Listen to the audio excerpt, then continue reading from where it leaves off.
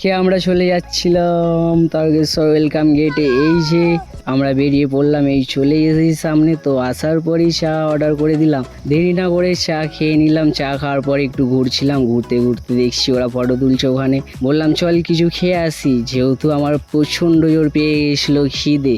একটা রেস্টুরেন্ট দেখে আমরা যাচ্ছিলাম। এই যে আমাদের তারকেশ্বর ওয়েলকাম গেট যেতে যেতে আমার একটা বন্ধুর সাথে হয়ে গেল দেখা, তো একটু কথা বলে নিলাম। এই যে আমরা রেস্টুরেন্টে ঢুকছি, ছোটোর মধ্যে খুবই সুন্দর রেস্টুরেন্টটা সাজিয়ে। তার সাথে কথা বলে নিলাম যে কি কি আছে, দেরি না করে অর্ডার করে দিলাম চিকেন পকোড়া আর ললিপপ। আমরা ততক্ষণ গল্প করছিলাম, দাদা ততক্ষণ অর্ডার নিয়ে চলে এসেছিল। তো খাবার দেওয়ার সাথে সাথে আমার বন্ধু শুরু করে দিল।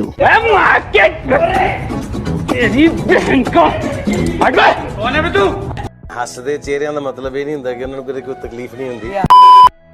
তারপর আমিও একটু খেয়ে দেখলাম, টেস্টটা মোটামুটি ঠিকই ছিল। তারপর দেখছি ও কার্টুন দেখতে দেখতে খাচ্ছিল, আমাকে দেখে একটু হেসে দিল। ঝটপট খেয়ে আমরা পেমেন্ট করে দিলাম। তারপর আমরা ওয়েলকাম গেটকে বাই বাই বলে বাড়ি চলে এলাম।